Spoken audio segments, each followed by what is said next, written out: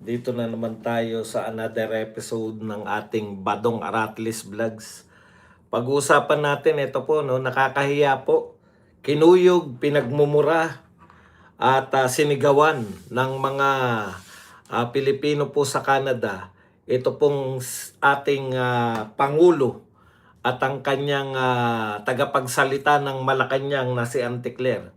No, nakakahiya po to kasi po imaginein po ninyo, bisita kayo ron, pero wala pong magawa dahil yan po ang dadanasin, no? Na talagang sasama po ng loob ng mga Pilipino dito po kay BBM at saka kay Auntie Claire. Parang ano po, no? Parang nagtataka pa siguro sila kung bakit sila sinisigawan, kung bakit sila minumura ng mga Pilipino.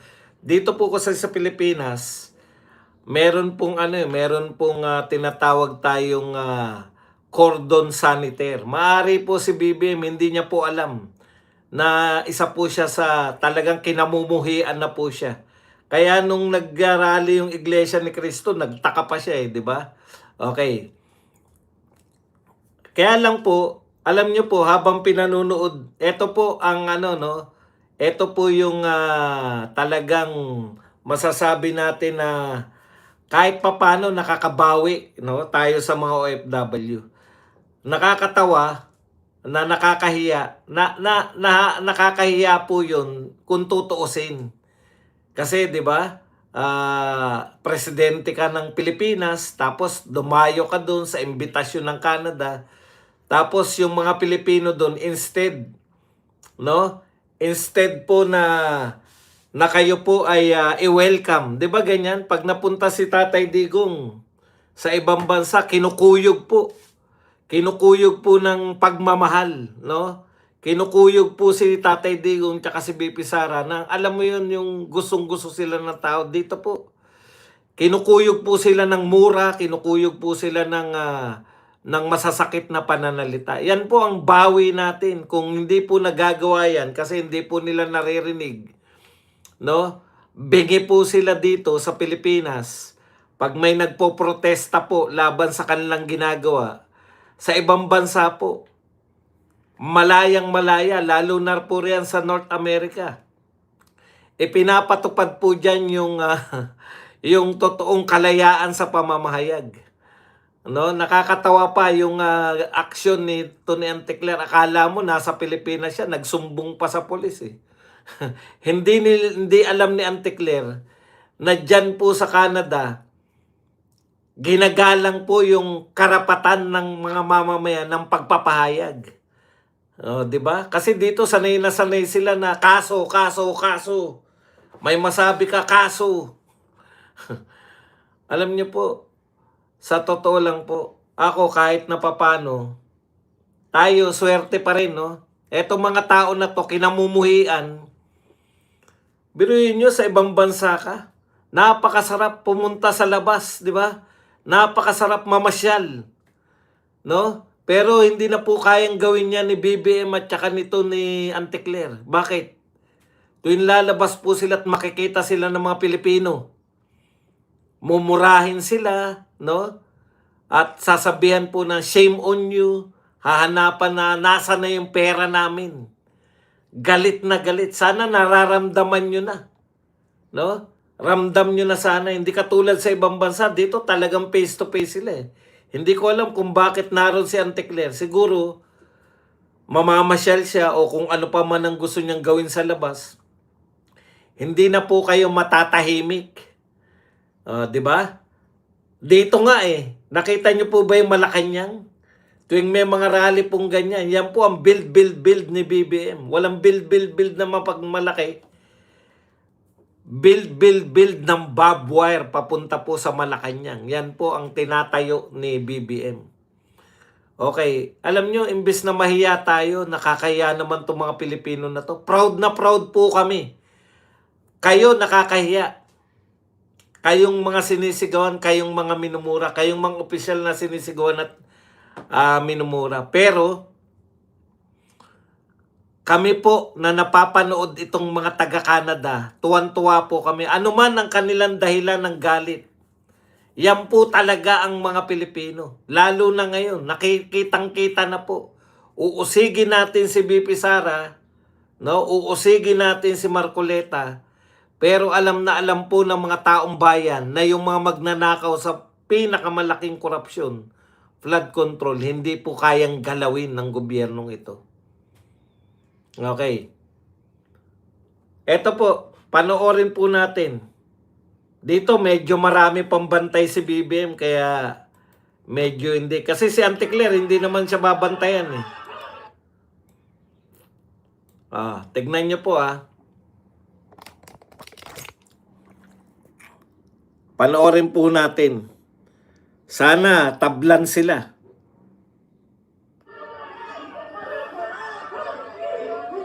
Yan po si BBM.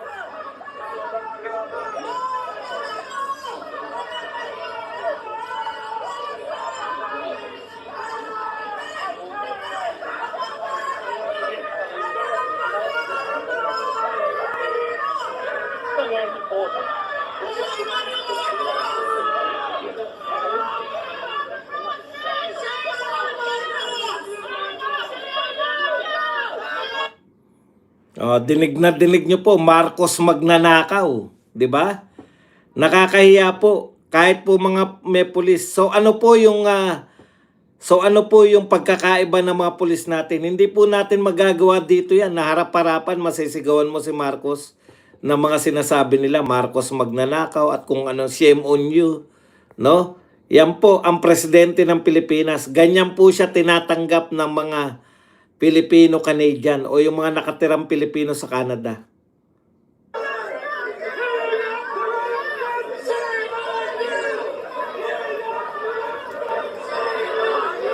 Gulat na gulat siguro, no? Yan po.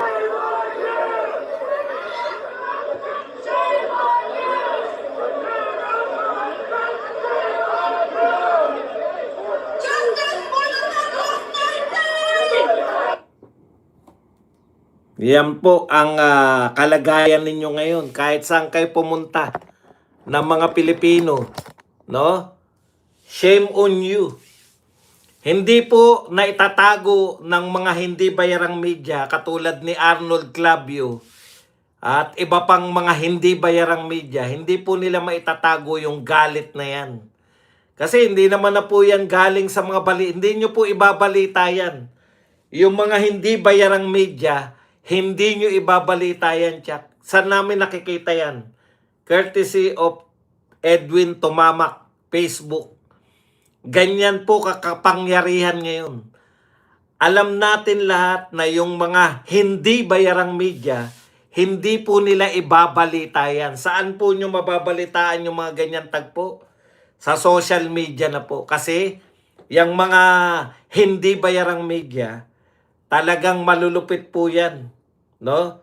Hindi na po sila, isang panig na lang po ang kinakampihan ng mga yan. Okay.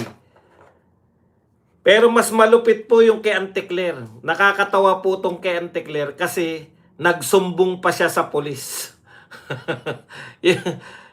Siguro ang ina-expect ni Auntie Claire, paghuhulihin ng mga pulis. Iba po sa ibang bansa. Kasi ginagalang po sa ibang bansa yung pong mga church natin nasa kalagitnaan ng kabundukan. Teka muna mga kabundukan. Okay. Sa ibang bansa po, lalo na po dyan sa Canada at Amerika, iginagalang Auntie Claire ang mga pamamahayag ng mga tao. Kala mo katulad sa Pilipinas yan na bubugawin o hahambalusin yung mga sumisigaw sa iyo. Hindi, iba riyan. Ito po, mula pa rin po kay Tumamak Edwin. Yan.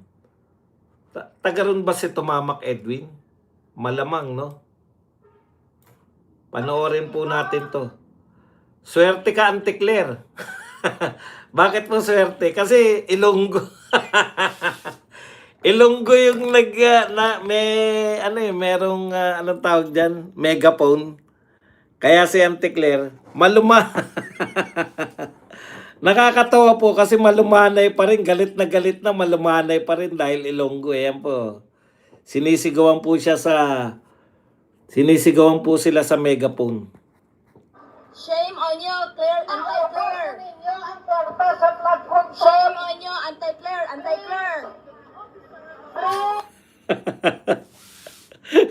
Imbis naman ako. Shame on you, Auntie Claire. Hindi ko po niloloko yung mga Ilonggo. Kaya lang, kasi kami pag nakita namin yan, shame on you, Auntie Claire. Di ba? Ganun, no? Eh sila talagang ang lambot pa rin. Kaya swerte kayo, may hawak na megaphone, Ilongga. Mm. Please bring the money to the Filipino people. We have a big flood control projects come right now. Ayan, di ba? Ang astig ni Auntie Claire, oh. Tignan mo naman, oh. Akala niya yung mga pulis dyan, pwede niyang utos-utusan na bugawin niya mga nagsasalita sa kanya.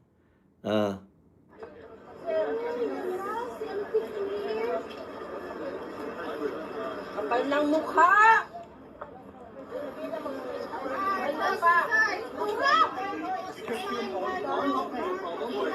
They put credit on you guys, just let them feel it. You can film them all you want, no problem.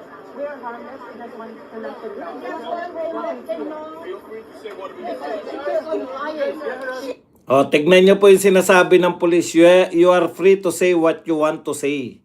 You are free to film. But let them. Yung palakarin sila. Eh, hindi naman sila pinipigilan eh.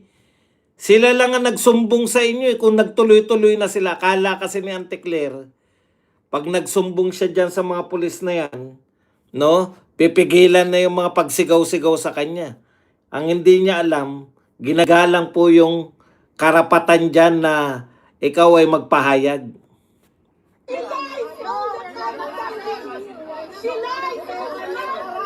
Oh, come on. Harassing? Look what you did in the Philippines. No, we are not violent with you. Hoy, teka muna. Panay mo. Ayan na po, panay mura na po yan. Kaya pinatay ko na. Baka mayari tayo ni YouTube eh. Hanggang po siya ay makasakay ng sasakyan. Panay mura po. Yan. Ayan na po. Rude ka pa nalalaman, tokmol. Ayan po, sa totoo lang, dapat mahihiya tayo no, sa ginawa nila. No? Pero natutuwa po tayo, baliktad po eh. Natutuwa po tayo kasi dyan lang po kami makakabawi. Hindi namin masabi yan ng harap-harapan yung mga sinasabi niyong taga-ibang bansa eh. Dahil hindi naman nagpapakita ng harap-harapan yung mga yan sa mga tao eh. Kahit san katuta ka nagrarally dito, bingi po sila, hindi po sila nakikinig. Okay. Yan yung sinasabi natin. Kala niya, no, nagsumbong pa sa pulis. Kala, di tumagal lang lalo yung pagsigaw-sigaw sa kanya. Yan, shame on you. Tapos pinagmumura po siya ng mga Pilipino ron. Yan po yung legacy nyo, no? Bagamat nakakarating kayo sa iba't ibang bansa, at yan po, hindi po matitigil yan hanggang wala pong wala pong katapusan yan, Auntie Claire. Akala mo 2020 tapos na si BBM, tapos na rin yung pambubos ka sa'yo ng mga Pilipino. Akala mo babalik ka pa sa dati. Kada may pera ka, marami kang pera, mag-abroad ka, may makakita sa'yo ng Pilipino. Kala mo magpapapicture sa'yo. Yan ang sasabihin sa'yo. Mumurahin ka, hanapan ka ng mga ninakaw ng mga kaalyado nyo. Oh. Ganyan po ang bawi sa inyo. Tayo, mga kapatid, tayo nagsisikhay, tayo mga napapagod sa katatrabaho. At the end of the day, yung pagod po natin, yung galit natin, matutulog tayo ng payapa. Sila po, lahat yung mga yan, papalapit yung 2028. Nakita nyo po ba si Si Dilima at saka si ano, si Dilima at saka si anong pangalan nun? Si Luistro, kung paano magdasal, taimtim na taimtim eh. Parang ang pinapanalangin nila, Lord, sana po makonvict si BP Sara para po manahimik kami. Mananahimik sila kasi walang magkakaso sa kanila kung kaalyado pa rin nila eh. Pero sa totoo lang po, wala na po kaming, kahit po, handa na rin po kami, kahit po si BP Sara makonvict ninyo, si BP Sara hindi makatakbo sa 2028, meron na po kaming Duterte pa na nariyan, si Baste. At susuportahan natin. Ang pagkakamali ninyo, akala ninyo, sa sobrang pasakit ninyo sa mga Pilipino, no?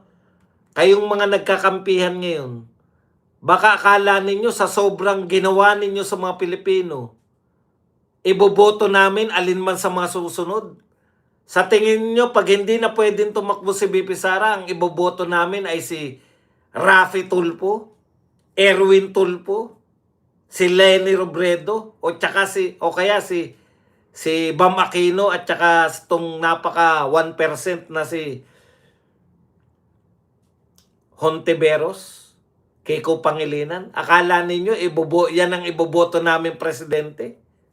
Matapos ng lahat ng gawin ninyo sa mga Duterte, kay Senator Marcoleta at sa mga kaalyado kay Bato at lalong-lalo na kay Tatay Digong, sa tingin po ba ninyo ang iboboto namin yung mga patatakbuhin ni Trillanes, yung patatakbuhin ni BBM? Utot nyo. Alam nyo kung anong ginawa ninyo? Yung isang malakas na relihiyon na hindi nakikialam sa politika. Ang pamumulitika sa kanila, ang politika sa kanila, nagbibigay po, no? Nagbibigay lang po ng guide na eto yung mga iboboto ng mga Iglesia ni Cristo. Ganun lang po. Pero ngayon, hindi pa po, sa tingin niyo po ba, hindi po direktang makikialam ngayon yung mga Iglesia ni Cristo sa ginawa po ninyo? Sa tingin niyo, mananahimik po, hindi tatahimik na po yung mga nilusob ninyong KOJC dun sa Davao at sa iba't ibang parte ng Pilipinas. Dalawang malalaking religious group na solid po kung bumoto. Sa tingin nyo, iboboto niya si Risa Hontiveros. Ina-isolate nyo lang po yung sarili ninyo. Mga Tulfo brothers. Hindi po. Alam na po ngayon na ngayon pa lang, sino man ang patakbuhin ninyo, magiging tuta lang po. Sino man ang patakbuhin nyo, magtutuloy-tuloy lang po to. Tutuloy-tuloy lang po yung pangungutang ng record-breaking na pangungutang. Tutuloy-tuloy lang po yung walang proyekto, pero napakalaki po ng pondo. Tuloy-tuloy lang po yan.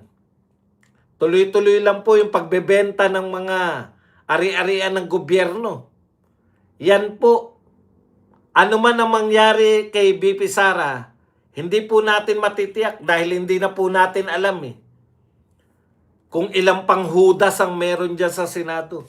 Ano man po ang mangyari kay BP Sara, hindi man siya makatakbo, hindi natin iboboto yung kandidato ni BBM, ni Trillanes, ng mga Dilawan, Kakamping, Makabayan Black. Kahit pa sabihin yung mga Tulfo yan. Kilala na namin yung mga magkakakampi. Hindi na kayo makakaisa pa. Ano man ang mangyari dyan sa impeachment na yan. Hanggang ngayon po, wala pa rin po silang malinaw na bintang. Bintang wala pa po silang malinaw na bintang. Ano pong bintang nila kay Mary Grace Piatos?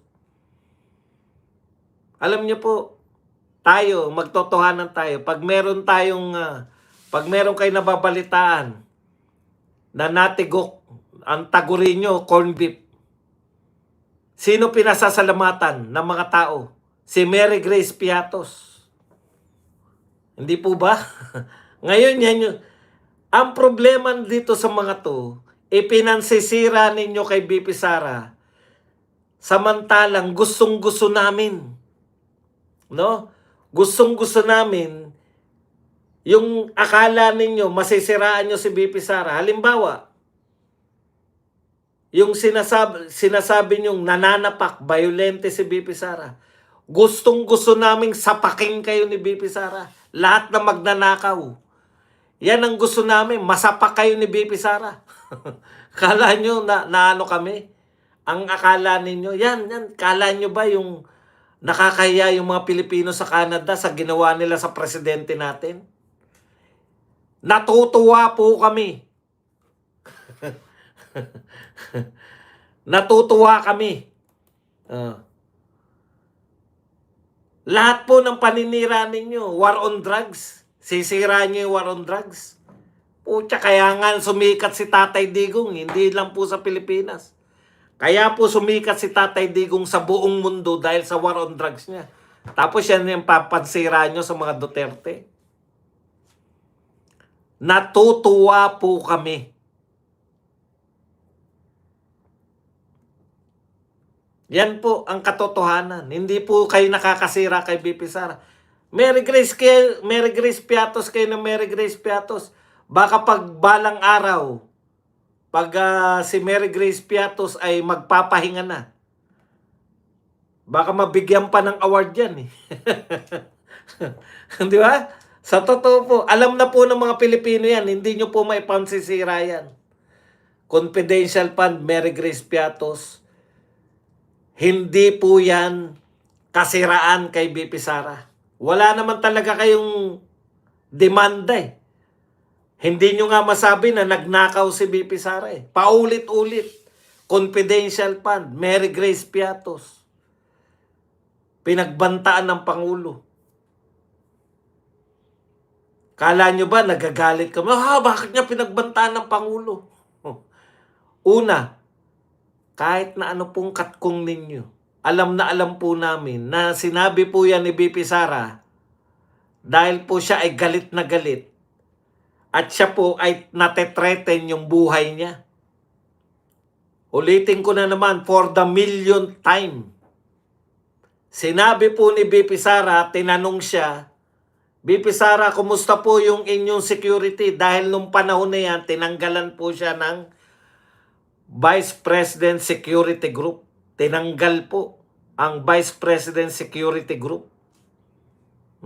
Binalik na uli siya sa PSG.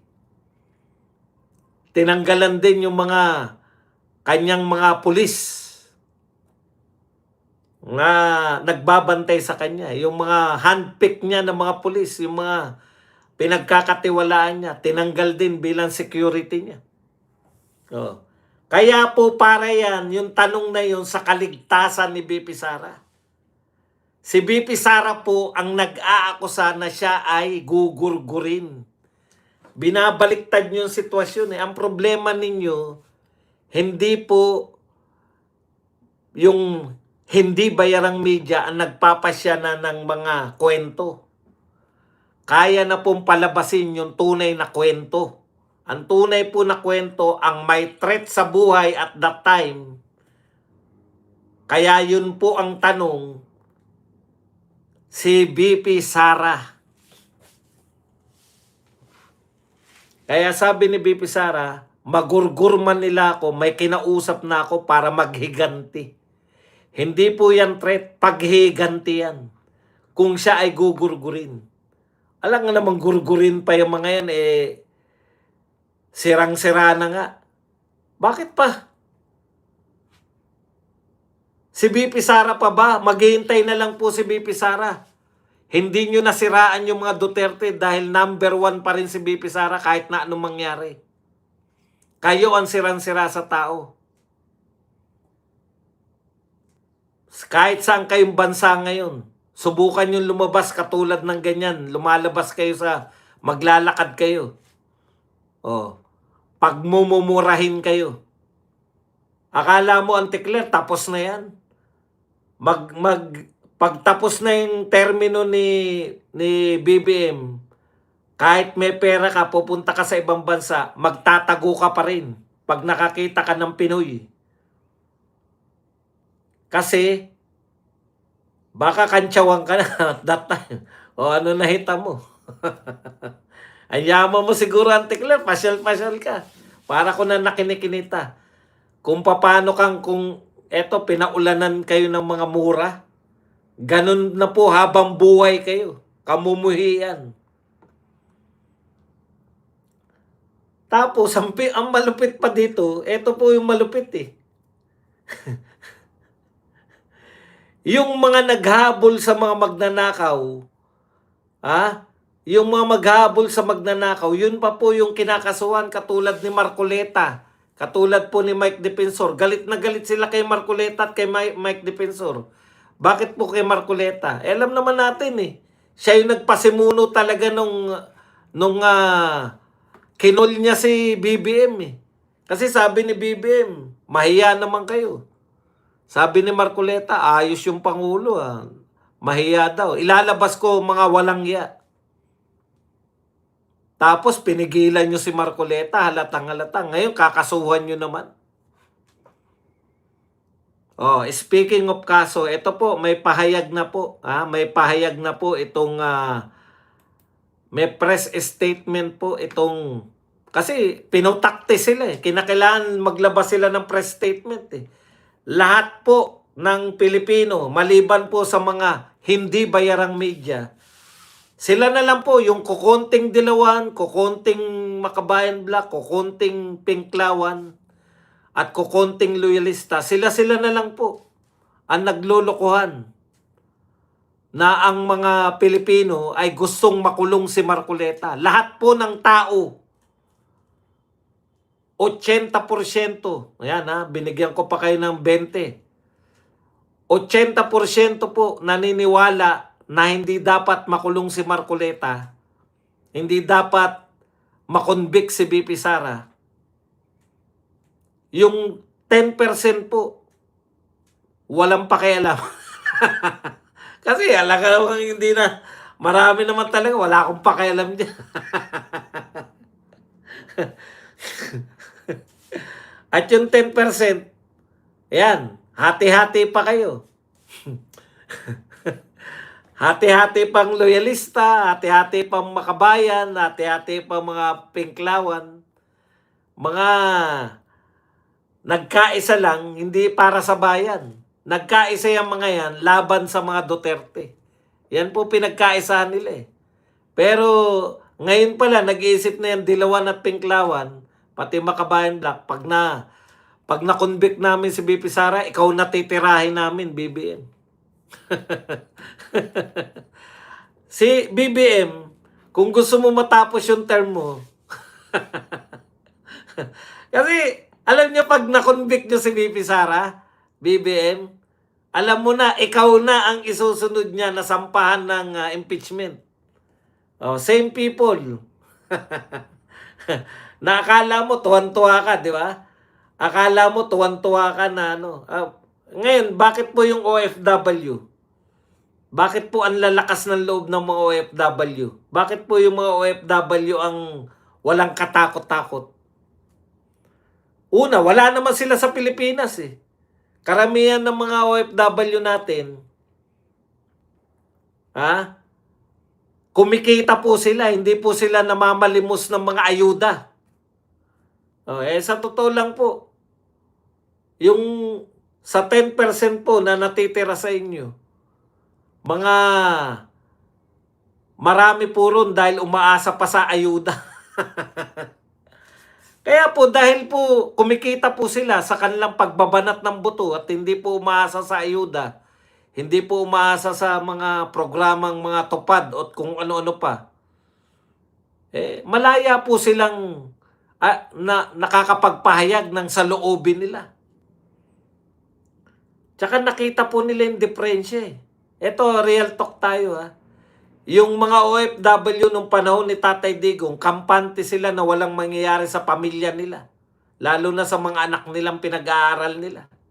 Ngayon, anak ng tinapay, sari-sari po ang alalahanin ng OFW. Una, sa droga. Ikalawa,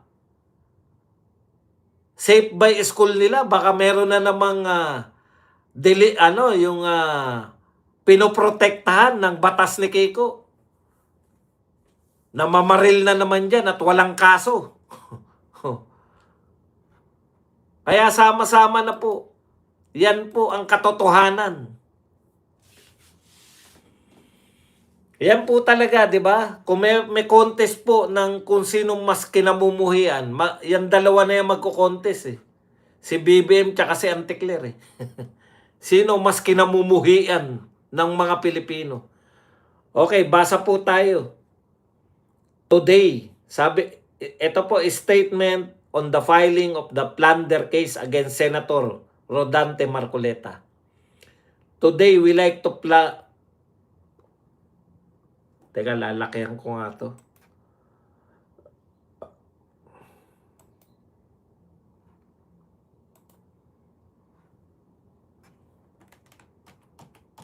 Ayun, lalakihan. Statement on the filing of the plunder case against Senator Rodante Marcoleta. Today, we filed the plunder case against Senator Rodante Marcoleta before the Sandigan Bayan. This was not a decision made lightly or by choice.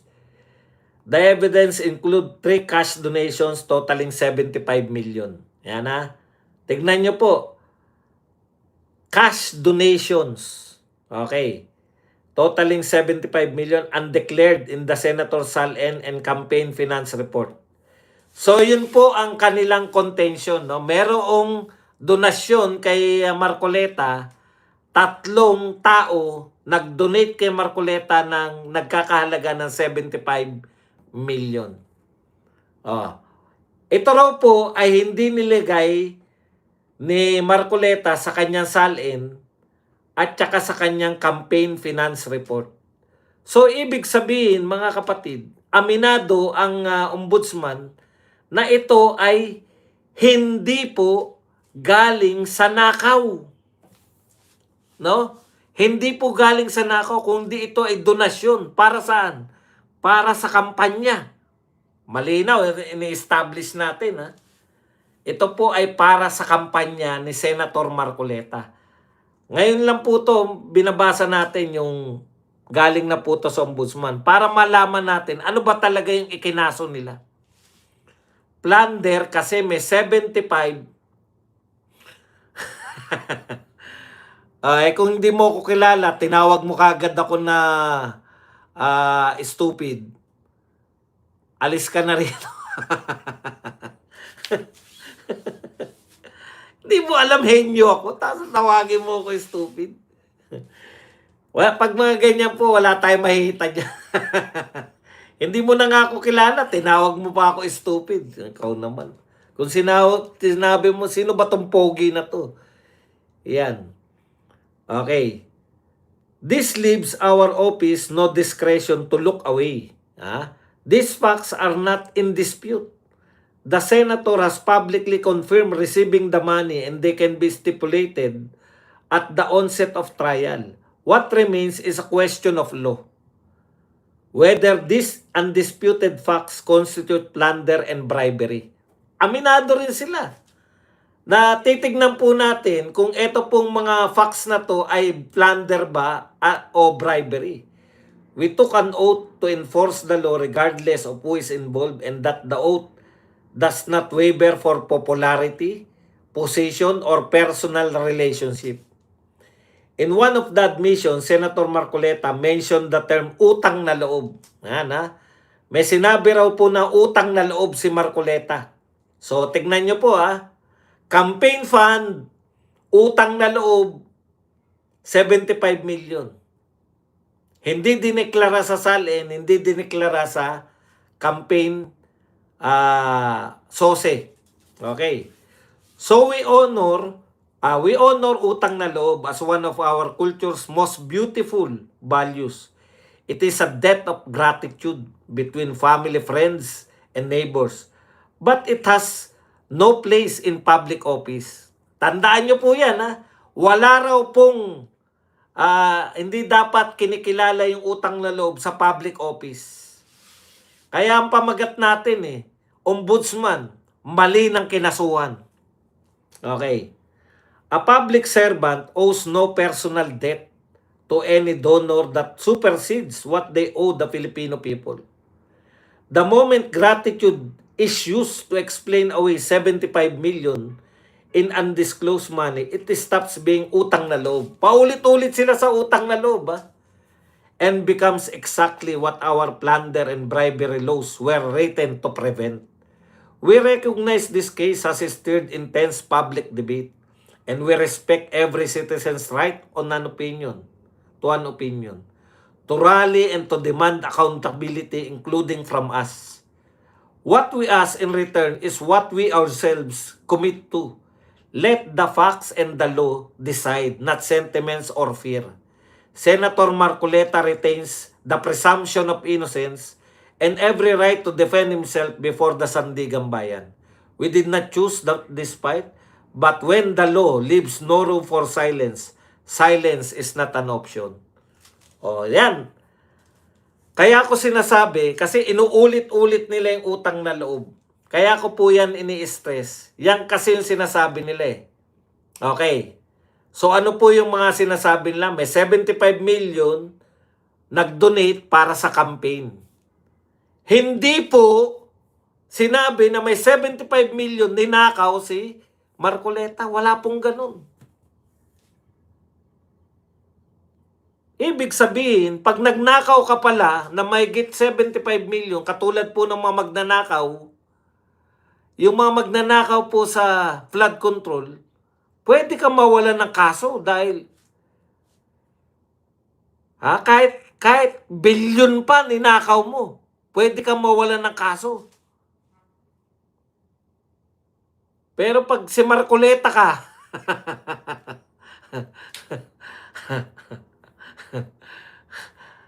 kahit ninakaw, kasi ninakaw eh. Pero pag campaign donation, hindi mo ninakaw, kakasuhan ka ng plunder. Bakit kaya? Baka kasi Marcoleta pa. Okay, utang na loob. Sige po. So yung nagbigay po kay Marcoleta, dito na po tayo. Kaya po pinagbabawal yung utang na loob sa mga public official. Kasi kung nagbigay ka ng pera para suklian ka yung utang na loob mo, yun po ang bawal. Di po ba? Pag ikaw nagbigay, ito magdo-donate ako sa iyo. Pero gawin mo kong secretary. Tapos ginawa kang secretary, yun po ang pinagbabawal. Kaya hindi ka dapat magregalo kasi naghahanap ka ng kapalit. Tanong, ano na binintang nila na kapalit na binigay? Kasi patutunayan po nila na etong nag-donate, nanalo na po si Marcoleta 2026 na po ngayon. Naka-1 taon na po. 3 taon lang po yan. 6 na taon pala. Ano po ang pinalit ni Marcoleta? Ano pong pabor ang binigay ni Marcoleta? Sige nga po. Ano yung utang, ano yung sinukli ng kanyang, may utang na loob siya. Ano ngayon yung sinukli ng utang na loob niya? Anong nahitan ng nagbigay ng regalo? Kaso, kinasuhan po sila. Ibig sabihin ba dong wala silang nahita? Wala silang nahita sa pagbibigay nila ng salapi kay Marcoleta, kundi kaso? Opo, hindi sila naging cabinet official, hindi sila naging nabigyan ng mga kontrata. Paano magiging kaso yun? Una, hindi na ninakaw. Ikalawa, wala silang hiningin pabor. Paano po magiging kaso yun? Kung hindi na nakaw, kung hindi na galing sa kickback, yung 75 million, wala pa silang hiningin pabor. Anak ng pupa, Ngayon, kung yan po yung katwiran, utang na loob, sabi ni Mike Defensor, ito raw po, hindi naman to galing kay Mike Defensor. Sabi po ni Mike Defensor, may nagbigay po kay Pangulong Marcos nung siya po ay tumakbo, may nagbigay po ng malalaking pera. Tignan po natin, may nagbigay po kay Marcoleta, walang nakuhang pabor. So, ibig sabihin, yung binabanggit nilang utang na loob, hindi po naganap, hindi po nagbayad ng loob. Sa utang na loob, si Marcoleta, hindi po nabayaran ni Marcoleta yung utang na loob. So, kung hindi mo binayaran yung utang na loob, wala ka dapat kaso. Pero meron narinig po tayo, nagbayad ng utang na loob. Eto po, pakinggan po natin to. Si Mike Defensor. Ayon po kay Mike Defensor, may nag-donate po ng malalaking pera. Eto, si Lagdameo. Nag-donate po ng 247 million. Eto naman po si Mel. Anong apelyido nito? Ano bang apelyido ni Mel sa milyonaryo? Si Mel Robles. Nag-donate po ng 30 million. Si Chu, Laurel Chu, nag-donate po ng 30 million. May utang na loob, di ba? Ito, ang pagkakaiba nito, naging mga sekretary po sila. Si Lagdameo po ay naging secretary, special assistant to the president. Ito naman po si Mel Robles, naging general manager ng PCSO. At ito pong si Chu, naging secretary of Department of Agriculture. So kung ang sinasabi mo, Boying at ng Ombudsman, yung utang na loob, sinuklian, mali pala kayo ng ng kinasuhan. Kasi yan yung sinasabi ng press statement nyo eh. Masama ang magkaroon ng utang na loob, lalo na kung sinuklian. Hindi po ba? Sabi nga ni Mike Defensor, ito po ay hindi niya sinasabing illegal. Yung pagdodonate nila Lagdameo, ni Mel Robles, at saka nito ni Chu, Laurel Chu. Pero sa paliwanag po ninyo sa Ombudsman, kung bakit masama yung utang na loob, eto po, na-consummate. Yung utang na loob, binayaran. Ginawa po silang sekretary. Sino dapat ang kasuhan kung yan ang katwiran ninyo, yung utang na loob, yung binigay na pera, etc. Okay, sa salin, wala daw, hindi daw nilagay ni Marcoleta sa salin. Ang nilalagay po sa salin, at the end of the year, December 31 o December 30, kung ano po yung yaman mo. Tanong, si Marcoleta po nung nakausap namin, paano ko ilalagay yan sa salin ko? Ubos na nga nung eleksyon. Campaign donation yan eh. Uubusin niya po yan sa eleksyon. Bakit niya po mapupunta? Paano po mapupunta yung ubos ng pera? Bakit mo siya ilalagay sa salin? Nakita niyo po? So ito po, katulad po na sinabi ni Attorney Yesesio, pilit na pilit. Pilit na pilit. Pero kung may kakasuhan kayo ayon sa inyong statement, hindi po si Marcoleta.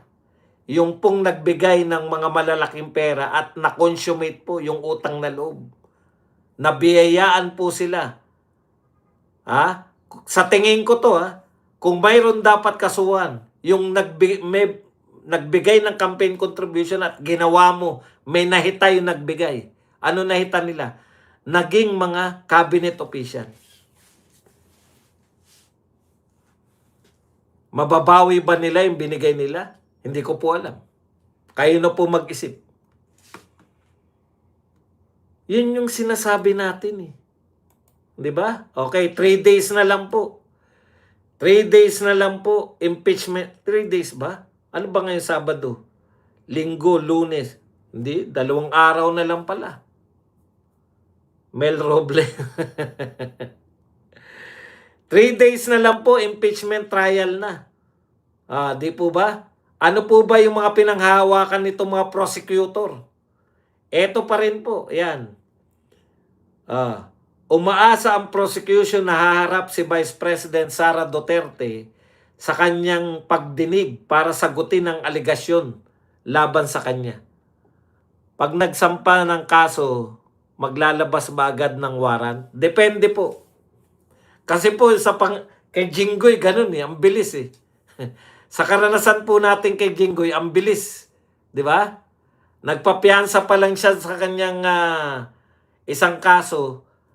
Ano yung kaso ni Jinggoy na pinayansa niya? 2 yan Biglang sinampa na siya ng plunder. Depende po. Okay. Ito po ang sabi ng umaasang prosecution na harap si Vice President Sara Duterte sa kanyang pagdinig. Thank you very much si Sir Noel Abalos na nagbigay po ng 50 pesos na pangkape. Okay. Umaasa ang prosecution na harap si Vice President Sara Duterte sa kanyang pagdinig para sagutin ang mga aligasyon laban sa kanya. Alam niyo po, wala naman kayong aligasyon talaga Yung aligasyon niyo, hindi naman totoo. Kaya dininay na po yan ni BP Sara. Huwag po kayo makialam. Si BP Sara po, kung kinakailangan, harap po siya. Nakabatay pa rin ba kay BP Sara yung... Kala ko bang matatag malakas ang inyong ebidensya? Bakit nakasalalay pa rin kayo sa pagharap ni BP Sara? Di ba? Bakit nakasalalay kayo sa pagharap ni BP Sara? Kasi, alam niyo po kung bakit? Ang setup kasi niyan, mauuna yung prosecution. Gusto nila naroon si BP Sara para titignan ng camera. Alam na nila yan Galitin nila si BP Sara, baka magwala na naman, di ba? Makapture ng camera ng mga hindi bayarang media. May panibago na naman silang paninira. Badong, parang check na check mo na wala naman silang ebidensya kay BP Sara. Opo, bakit tatagal pa ng 8 buwan kung wala namang ebidensya? Kasi nga po, patatagalin po nila, tamang-tama sa eleksyon. Binay effect. Akala nila, mauulit nila yung kay Binay. Hindi po, ang tagal nyo na nagsimulang siraan. Hanggang ngayon, number 1 pa rin Ano pa ipansisira nyo kay BP Sara? Mas dumami Mary Grace Piatos. Hindi na obra, di ba? 2 days na lang ginastos. Hindi na pala 11 days. 2 days lang pala. Hindi na shocking, di ba? Walang kaso, pero wala na yung shocking effect. Kasi 11 days.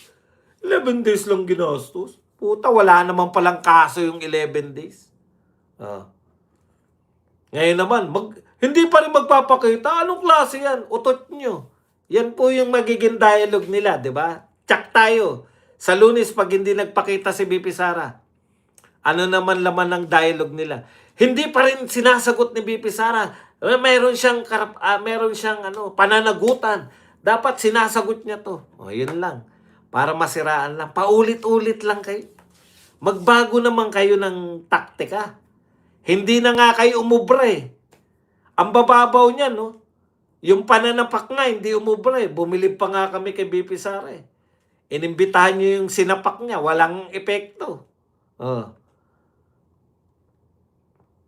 Ano pa? Ito po. Bakit kailangan buksan ang mystery BIR box? Ayon kay Terry Redon. Wala kaming pakialam.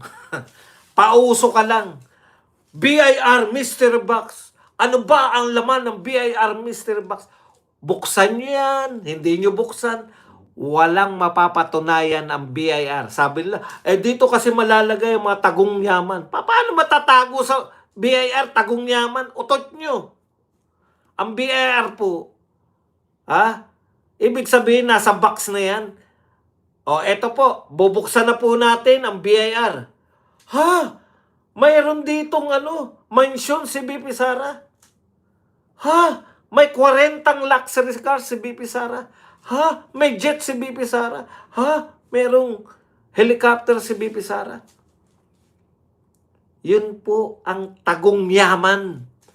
Dapat ipakita nyo ano yung yaman ni BP Sara na tinatago. Meron kami mystery box. Oh, eto. Ayan, pauso. Pakinggan lang nga natin kung ano sinasabi ni Tuntok-Mul na to. Gitang araw, 4 na araw na lang po bago ang paglilitis sa July 6. Ang paglilitis po ng ating pong pangalawang Pangulo. Ito na ang mga ebidensya, kumpleto na po ang mga dokumento.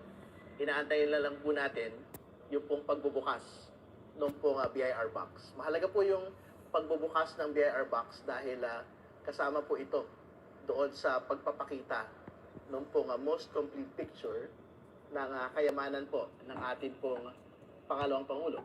Oh, baka kala nyo, sabihin nyo, niloloko ko kayo, di ba? Yung BIR box na to ay magpapakita ng kumpletong yaman ng Pangulo, ng pangalawang Pangulo. Alam nyo, ngayon lang po namin narinig yung BIR box na yan. Noon, nagsampa kayo na reklamo, confidential fund, ngayon pala, BIR box. Ang kaso mo, BIR box. Nasaan na sila Madriaga? Nasaan na sila Trillanes? BIR box. Ang kaso ni BP Sara ay BIR box. Isaksak mo sa ilong mo. Wala pong talab yan. BIR box. Talaga? Oh, hanggang ngayon, wala pa. Meron pa rito. Mary Grace Piatos pa rin si Adjong. Dapat humarap si Mary Grace Piatos para magkaalaman. Paano kung hindi humarap? Kanino bang ibig sabihin nilagay niyo si Mary Grace Piatos, hindi niyo pa alam kung siya po ay haharap o hindi?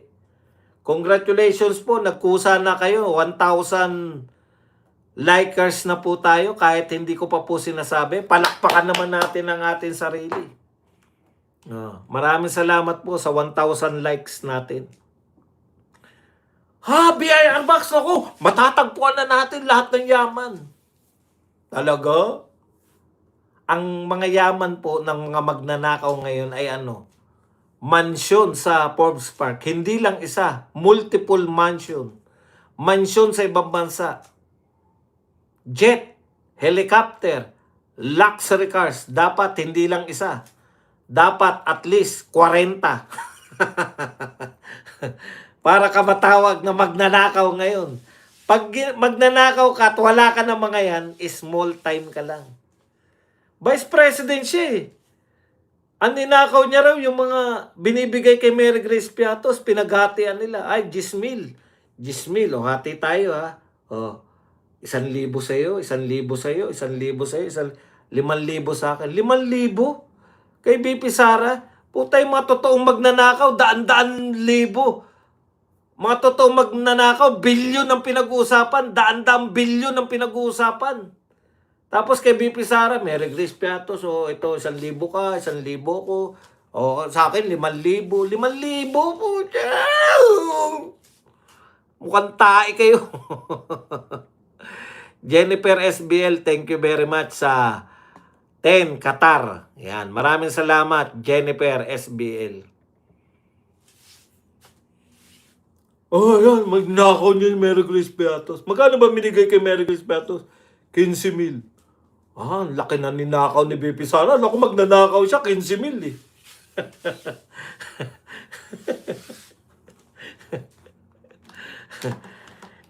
Hindi pala makukonvict si BP Sara eh. Hindi pala makukonvict si BP Sara, Badong eh. Bakit pa sila magaganyan? Parang nga po, siraan lang. Wala na eh. Trinay nyo na po lahat ng paninira nyo.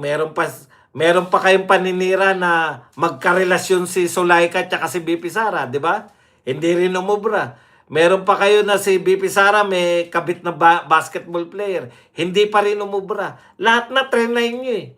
Trinay nyo na mga mahilig sa babae, mahilig sa lalaki. Wala, hindi pa rin umubra. Lintik kayo. Magnanakaw. Hindi nyo nga masabi kung magkano yung ninakaw eh. May narinig na ba kayo kung magkano yung ninakaw? Wala. May perang bilyon. Pucha. 88 million lang nakalagay. Tapos may, tumaas ng porsyento. Ngayon, BIR na lang. Wala na Mary Grace Beato Seredon. May bago naman BIR. Narito ang kayamanan. Kayamanan, BIR.